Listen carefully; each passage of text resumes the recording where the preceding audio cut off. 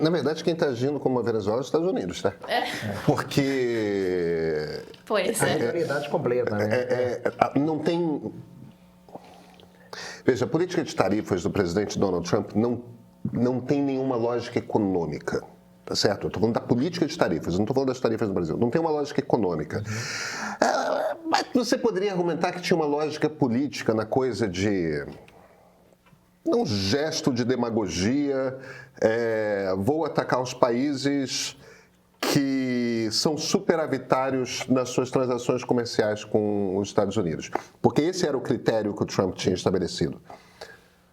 O Brasil acaba de ser atacado e no Brasil, no caso, depois da China, o Brasil tem agora a maior promessa de tarifa e os Estados Unidos são superavitários. Sim. Quer dizer, escapa, inclusive, ao critério que ele tinha estabelecido.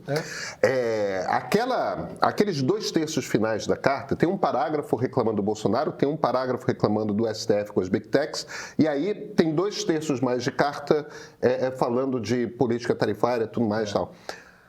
Aqueles 2 terços finais de carta são simplesmente um copy and paste, um copiar e colar das cartas que ele já tinha mandado para os outros. Quer dizer, sequer é um troço que faz uma argumentação coerente, porque meio que está partindo daquele princípio de que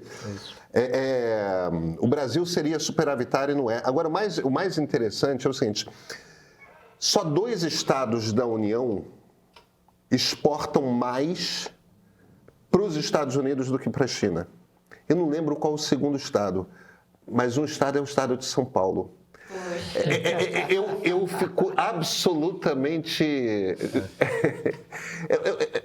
Acho que o termo certo é eu fico maravilhado com o tweet do governador Tarcísio de Freitas, que depois deu uma entrevista reiterando isso, dizendo que deve se cobrar de Lula e de Alexandre de Moraes a punição. Vamos lá, vamos tentar entender o que é essa lógica.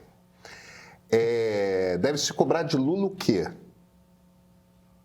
Nada. Lula não tem nenhuma responsabilidade sobre o julgamento que acontece no Supremo do ex-presidente Jair Bolsonaro, e Lula não tem nenhuma responsabilidade sobre o julgamento que acontece no Supremo Tribunal Federal a respeito das Big Techs. Nenhuma. Ele não tem responsabilidade sobre isso. Ainda temos poderes que são independentes. O Supremo faz o que quer. Exato. Lula pode até ser favorável a ambos os resultados. Eu desconfio que seja, mas de Lula não dá para cobrar nada. Eu estou usando os argumentos de Donald Trump. Exato. Tá bom? Aí tudo bem. Vamos dizer que possamos cobrar de Alexandre de Moraes, ou por Alexandre de Moraes entenda-se o Supremo Tribunal Federal. Vamos dizer que a gente pode cobrar dele, você está decidindo essas coisas, agora os Estados Unidos estão punindo. Então, no raciocínio do governador Tarcísio de Freitas, o que ele que pretende ser presidente da República em algum momento, o que ele está dizendo é que está tudo certo uma nação estrangeira chantagear o país para que o país decida conforme os interesses da nação estrangeira aquilo que se resolve nos tribunais? Eu estou seguindo apenas e estritamente o raciocínio, eu não estou entrando no mérito de se eu concordo ou discordo do governador Tarcísio de Freitas, mas aparentemente o que ele está dizendo é que o Supremo deve se curvar aos desejos dos Estados Unidos da América. É isso. É patriótico isso? Depois é completamente contrário ao que os patriotas, em tese, defendem, Não é nem democrático, né, professor? Não, democrático não é. Me pergunta se seja patriótico. Mas aí, de novo, a gente já falou bastante de Trump em outros momentos, Pedro. Olhando para o Trump, acho que tem 2 fatores aí que são importantes. O primeiro deles é o modo como ele enxerga a América Latina. Ele tem aquela visão mais primitiva possível sobre a América Latina. Claro. Então, quando ele entende que o Brasil é a América Latina, ele fala, eu posso partir com tudo, com pé na porta contra o Brasil, entende o Brasil como um player de menor envergadura, de menor grandeza, e ele pode fazer o que ele bem entende. Quer dizer, a carta revela um menosprezo pelo Brasil, algo que deveria assustar qualquer patriota brasileiro, não importa a linhagem política e ideológica, Então, é um menosprezo. desprezo, isso é muito assintoso. Acho que poucas vezes o Brasil foi tão humilhado, né, em um documento oficial de Estado, né, como nessa carta dos Estados Unidos. Eu não concordo que a gente tenha sido humilhado, não. Por causa da menosprezado. reação. Teríamos Foi sido humilhados caso nos curvássemos, né? exato. Não, menosprezado. Perfeito, Um menosprezo brutal pelo Brasil, né? Porque é o modo como ele enxerga a América Latina. E ele coloca a América Latina inteira no mesmo bolo. Não importa se está falando de um país perdido no Caribe ou se está falando do Brasil. Né? Ele entende que a América tem que se curvar, e por isso aquelas questões relativas ao Panamá, né? O modo como ele olha para a América Latina é muito assim. E o segundo ponto, você já levantou um pouco a bola, eu acho que tem bastante a ver com o BRICS, sim, porque o Trump não tem ideia do que é o BRICS. Há pouco tempo teve uma entrevista sugerindo que a Espanha estaria no BRICS. A Espanha é BRICS e tal, que a gente não tem a menor ideia do que é BRICS. E ele está muito em cima da Espanha por conta da questão da OTAN, né, que a Espanha foi o único país da OTAN que não concordou em elevar os gastos em defesa. E aí olha para o acrônimo, que não tem ideia do que é o agrupamento, vê o primeiro B é Brasil, né, nesse acrônimo, é Brasil. O Brasil acabou de ser a sede do BRICS. Exatamente, né? A culpa, então, caramba, é o Brasil que está querendo colocar em xeque, né, o dólar, o Brasil que está querendo ter uma postura anti-hegemônica, quando, na verdade, a presidência brasileira, se ele tivesse sido melhor brifado, a presença do Brasil no BRICS foi, nos últimos tempos, a menos politizada possível para evitar o entendimento do bloco como esse agrupamento anti-hegemônico. Né? E é coincidência que, justamente nesse contexto e esse esforço brasileiro de retirar o tom político e trazer um tom mais pragmático para o BRICS, é que o Trump tem enxergado o Brasil como grande, né, talvez, né, ator panfletário no BRICS, né, com uma postura anti-hegemônica e anti-dólar e anti-interesses americanos. Então, acho que o fator BRICS a gente tem que trazer assim. O timing foi muito preciso. Né? A carta ele solta, ele está soltando cartas há 2 semanas, Pedro. Ele soltou a carta do Brasil 2 dias depois que terminou a cúpula do BRICS no Rio de Janeiro. Ele chegou a fazer um post na segunda-feira reclamando, dizendo que ele poderia taxar os países que simpatizassem. E aí na quarta-feira... Exatamente. Eu acho que não dá para dissociar as duas coisas. Então, eu desprezo por qualquer tentativa de mudar a ordem global, de promover uma transição sistêmica que já está em curso e é irreversível, queira ele ou não. O dólar nunca será o que já foi. Há uma transição sistêmica de poder clara. Isso ele não vai conseguir reverter por mais tarifas que coloque. E a questão do modo como ele enxerga a América Latina. Tá? Por isso, esse tom de menosprezo absoluto que a carta traz, que é assintoso. Qualquer brasileiro deveria reagir contra isso. Então, vê o governador do estado mais rico do país. Né? E você trouxe esse dado super interessante. Né? São Paulo exporta mais para lá do que para a China. Né? Claro, até pelo perfil da economia de São Paulo. É assustador. A gente vê uma reação de um governador de um estado do peso de São Paulo reagir dessa maneira. E tem alguns pontos que eu acho que vale a gente chamar a atenção, que existem... as pessoas às vezes têm na cabeça, por uma coisa meio estereotipada, que os ricos estão com Bolsonaro. Isso não bate com os números da eleição, com as pesquisas e tudo mais. Mas existem alguns empresários muito ricos que são bolsonaristas mesmo.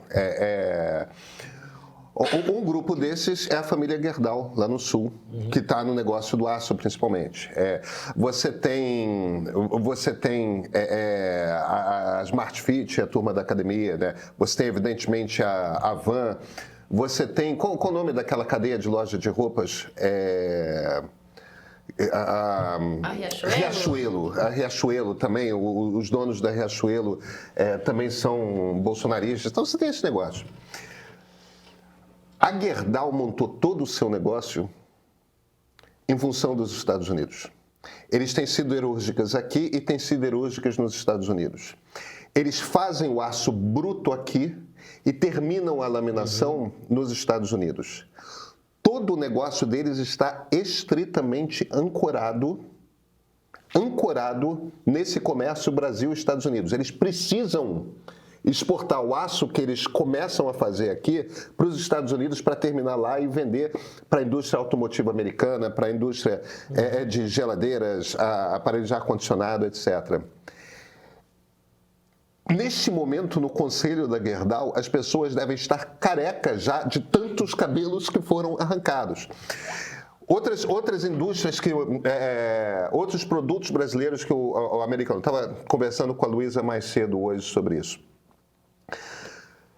Toda mesa de café da manhã americana tem um jarro de 1 galão de plástico de suco de laranja, que não é um suco de laranja muito bom, não, mas é um suco de laranja brasileira. O café que os americanos consomem é principalmente brasileiro, e americano consome tanto, pode ser mais aguado do que o nosso, mas consome tanto café quanto nós.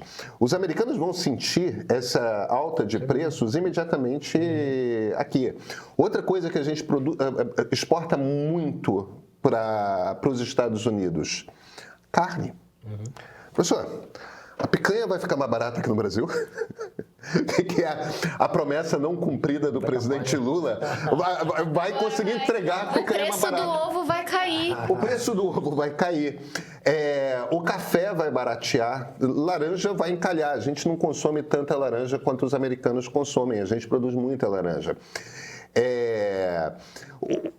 Alguns setores industriais brasileiros, no mundo do agro, no mundo da energia, a Petrobras vai ter problemas sérios.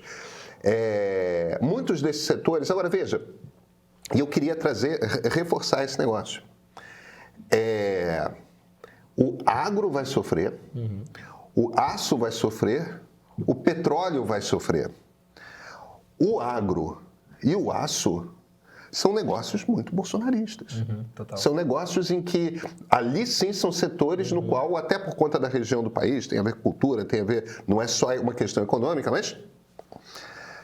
Quer dizer, de certa forma, o Bolsonaro, com essa ação lá junto à Casa Branca, ele apontou o revólver contra alguns dos seus principais financiadores. É isso. Eu ainda estou tentando entender a lógica política do gesto. Não consigo entender. Eu acho que foi precipitação, né? A direita comemorar como comemorou, como vimos nessas últimas horas, Pedro, eu acho que é falta de conhecimento, é falta de informação, né? Tentar colher uma vitória que não existe na verdade, né? Porque prejudica completamente a base econômica que apoia o bolsonarismo, né? E mina muito o que é a própria economia brasileira, em termos de exportação, né? Claro que os Estados Unidos não é o mercado que já foi para nós, é óbvio, né? Então 10, 12% é um mercado relevante, mas não é o que já foi.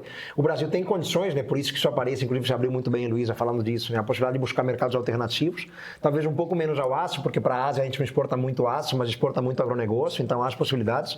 O Brasil está na presença do Mercosul, vai querer avançar acordos com países asiáticos, estamos negociando ao mesmo tempo com a Indonésia, com a Coreia do Sul, vamos colocar o Japão em negociação também, Emirados Árabes, então há possibilidades de mercados alternativos. Eu acho que a tendência natural, e a gente já levantou isso em outras conversas também, Pedro, é que os Estados Unidos, com essas medidas, perca ainda mais espaço relativo no que é o comércio global. Né? O Brasil pode buscar saídas, vai sofrer muito, é óbvio que vai sofrer, né? É um mercado importantíssimo para nós. Né? Alguns setores, o setor Gerdau, o fundamental, eu acho que o agro se vira melhor, porque consegue mercados alternativos. Mas para o aço é mais difícil, porque a Ásia não compra. Na Gerdau, em particular, do momento que eles montaram o negócio... Eu comecei para firmas, total. Ali eles têm um problema que eles não... É um processo de anos para reconstruir a cadeia produtiva deles. Exato. Qualquer empresa brasileira que esteja funcionando nessa lógica de comércio intercompany está perdida, né? Porque você tem aqui a sede, você tem ali uma filial, né? E aí esse comércio intrafirmas ele é natural, né? Nas empresas. A própria Embraer faz isso, né? Ela tem a montadora em Fort Lauderdale, ali na Flórida, né? E ela faz isso, ela monta ali aviões, mas as peças vêm daqui, né? Vêm de outros lugares. Isso vai encarecer enormemente, né? O Brasil vende muitos jatos para lá. Aquelas companhias aéreas regionais, elas usam muito esse 195. E não são só as companhias aéreas regionais. A American Airlines, por exemplo, só usa aviões da Embraer nos voos dentro do território americano. Quer dizer, a Embraer, na verdade, nesses voos regionais americanos, tem mais negócio do que a Bombardier canadense, que é a principal concorrente dela. E não é como se a Bombardier também não estivesse sofrendo com tarifas muito altas nesse momento, né? Porque o conflito entre Israel e Palestina nunca termina. Passei alguns dias em Israel ouvindo políticos, ativistas e pessoas comuns, tanto árabes quanto judeus. Olha, eu reuni histórias e visões que não aparecem nas discussões inflamadas das redes sociais. O resultado está nos 3 novos episódios do Ponto de Partida série, uma investigação profunda que revela as raízes históricas, memórias marcantes e camadas sociais que você raramente vê com clareza. Não é sobre escolher lados, tá? Mas sobre finalmente entender como chegamos até aqui. Os episódios já estão disponíveis no streaming do Meio, para você enxergar esse conflito com novos olhos.